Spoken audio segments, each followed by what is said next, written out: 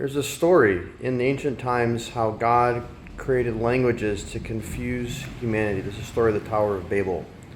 And if you look at the English language, you're going to find a lot of that stuff going on. For example, the spelling. But look at the word lie, the word like I'm lying to somebody. Isn't it interesting that lie also is found in light and life? It's not a coincidence.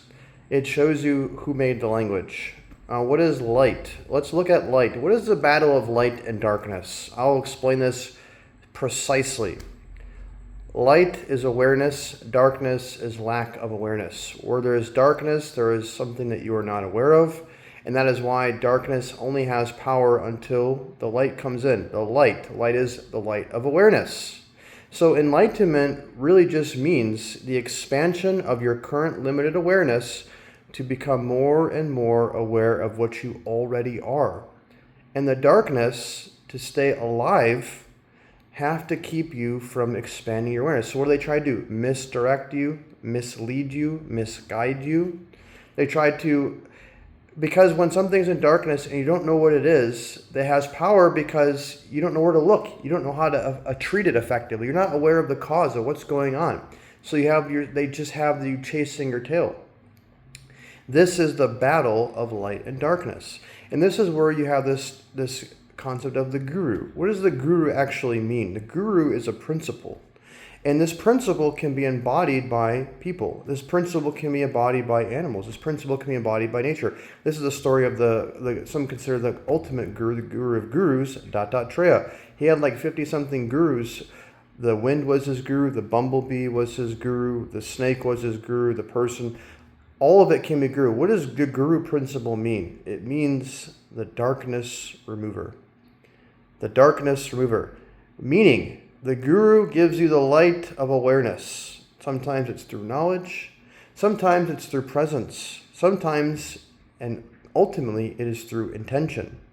When the guru principle is wielded by a person who embodies that, it is their intention alone that will create the results. It doesn't even matter what they say. They can sit in front of you and say whatever they want. It's their intention is so strong because the guru principle is a benediction from the above, keeping it in religious terms. In other terms, it is an intention that comes from source or the unconscious or the soul, meaning it carries more power than the conscious mind and the conscious reality. So if you have the benefit of having a guru, it can be very, very good for everybody. And in fact, I would go take this further, and I'll start sharing my personal experience with this. I do have a guru, a human guru, or you consider a human guru, but I also see my guru appear to me all the times speaking through people, giving me signs through animals. A bird will come fly over. I'm having a thought, I have a question, boom, bird comes over. The lamp will flicker. Always are in communication, always are percolating up as thoughts, always giving signs and symbols. If you are paying attention and you look at Dattatreya, the ultimate guru, you understand that everything has the potential to be a guru. And to give you an anecdote of this, if you look at the movie The Matrix, what happens in the movie The Matrix? Anybody can become an agent. When Neo's walking around the Matrix, all the NPCs, the people who haven't established a connection with their soul, all of them are subject to becoming an agent at any time and enforcing these rules of the program. Similarly as this, the same concept applies to the light. Any person, if you are watching and looking for it, you will find Spirit is always trying to communicate with you. Spirit is always trying to communicate with us. It is through different ways. It is through paying attention. And I said this, you can't see on camera. A flower just dropped. I have some flowers here. I always keep flowers in the house because it invites positive energies. And I could talk to you for 20 minutes about that. But this is really, really important to understand. Paying attention to the signs and symbols. In Vedic or in the Indian tradition, they will call this as omens. Omens. Well, you go see some of these people in India, and you will walk in, and just from the way that you walked in, the first syllable that you speak, how you carry yourself, the color you're wearing, all of this, they will take this into consideration as omens, because what we have is the conscious reality The visible experience is a reflection of the subconscious, unconscious pattern. Everything is coming out of this. Everything is rooted in this. And if you know what to look for, you will see it. And once you come to a point like myself where there are no coincidences, no randomness about it, everything is happening for a reason. People may not necessarily reflect you, but people will always be reflecting things that are supposed to find a way to communicate to you in some way, to get you to see something, to get you to understand something. There's always a higher meaning if you look for it, and you have to start looking for it. Once you start looking for it, it'll be like opening up a small door of a dam that will explode open once you start seeing it. It's like the whole angel number phenomena. You've probably heard of this. I'm sure you have. People see these numbers and they're wondering what's going on. And if people start to pay attention to those numbers and they say that, oh, they're trying to understand what they mean, you will start receiving more and more information. Because remember, it is a battle between light and dark. We live in a world that is governed ultimately by the light, but is managed by the dark. The whole game is, how long can we keep you in darkness for? Will they be able to expand their awareness? That's all it is. So just as there are light forces, there are dark forces, negative forces, whose goal is the opposite. They want to keep you in darkness. They don't want you to pay attention. In fact, they want you to do the opposite of that. They don't want you to pay attention. They want you to watch the movies. They want you to watch the sports shows. They want you to get caught up in the political drama, which is WWE for adults. They want you to get pulled in all this other, everything is possible. Male and female, black and white, this race versus that, or this country versus that country, this team versus that team, this political party versus this political party. It's all to vampire your energy into places that it is weakening it.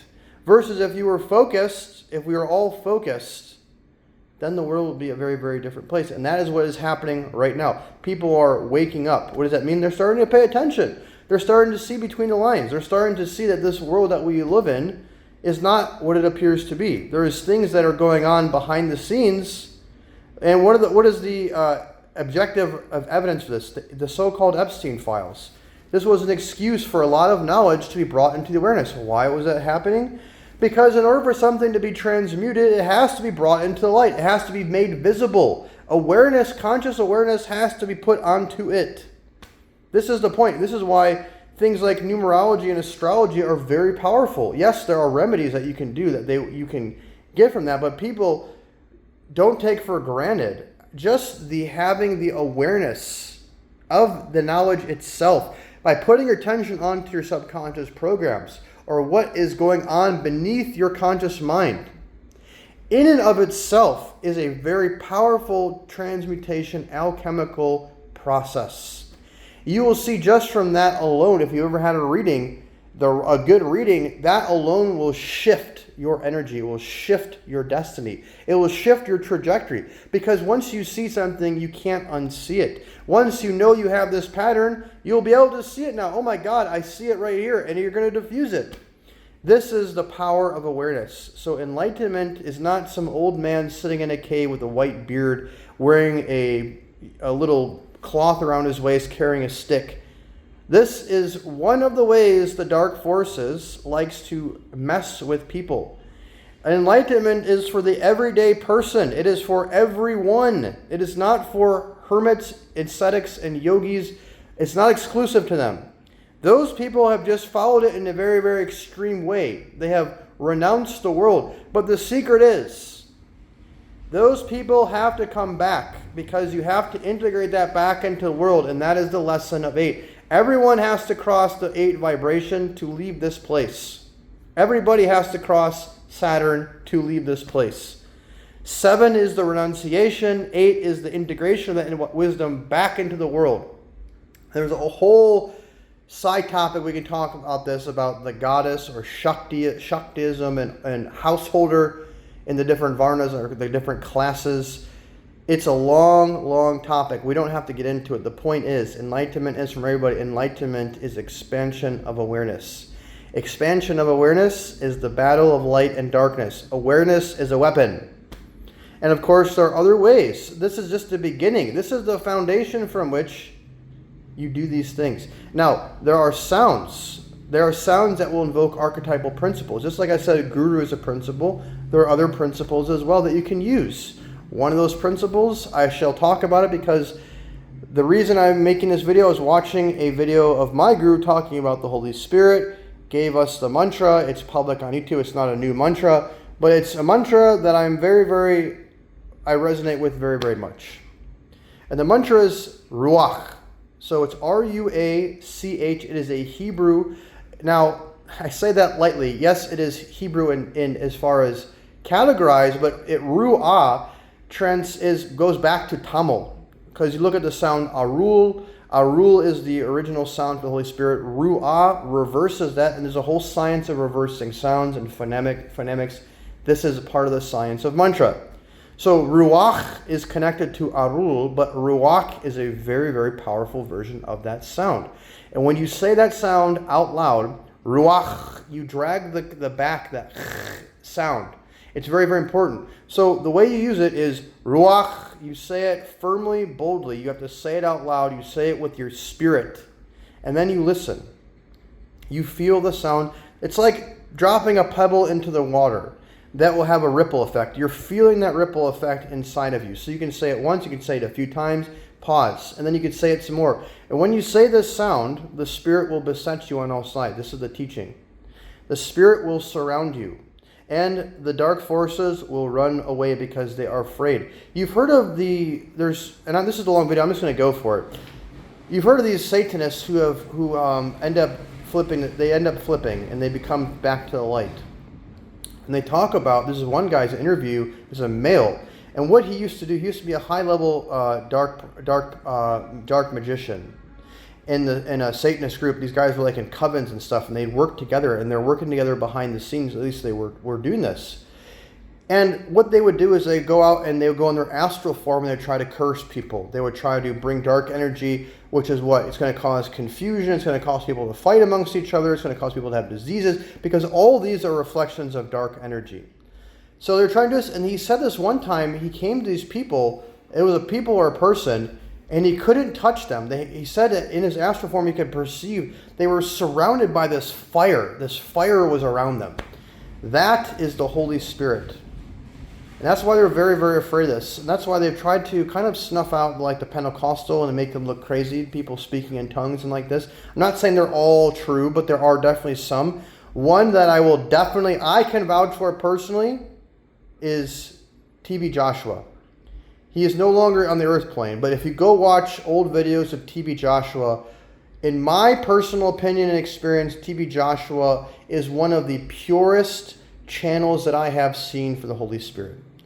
Pure guy, and the people that he has trained up, from what I've seen, at least in those times in the older videos, very, very, very good. You can get an entire college degree on how the dark forces operate because of this guy. He would do is people come to his congregation and he would find these demons in these people. Because his presence alone, he is working with the Spirit, would get these demons to appear. So people would start going crazy. They would start screaming and stuff or he would put his hands on them, or he would blow on them, things like this.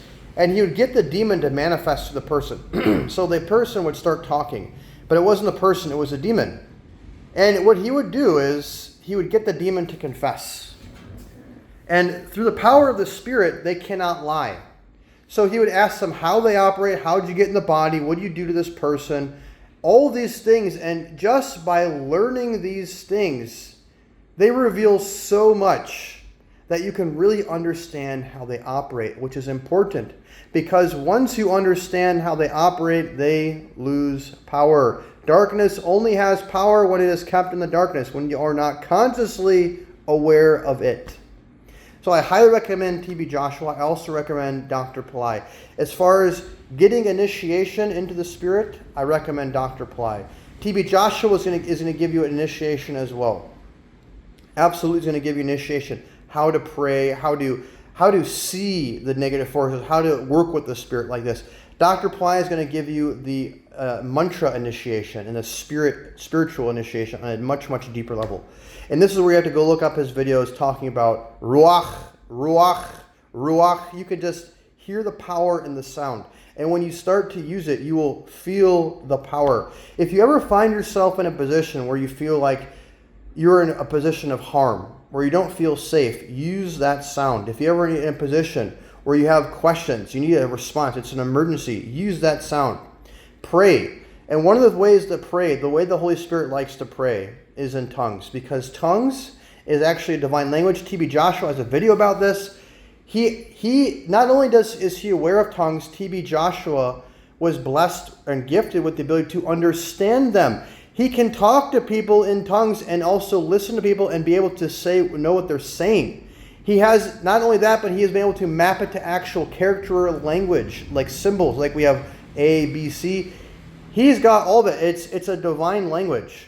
And it is beyond the conscious mind, therefore it comes from the Spirit. The mind is like a modulation force. On top of the Spirit, you have mind, you have emotions, and you have the Spirit. The emotions is the womb through which the Spirit communicates to you. And when you speak with an emotional is when you have a problem, or you want something, or you have a question, you use your emotions to speak and let your tongue roll. Like this. You will feel it when you're doing it right. Just right now, I got goosebumps. So you have to try these things. You have to experiment. It's one thing to look at it with your rational mind and make a judgment, but it's another thing to try it. And if you really, really want to know, you have to experiment. You have to do it yourself. You can also feel it, but you certainly would want to try it. So I think I made this video long enough. Questions or comments, leave them underneath this video. As always, wishing the best. Happy manifesting. God bless. Om.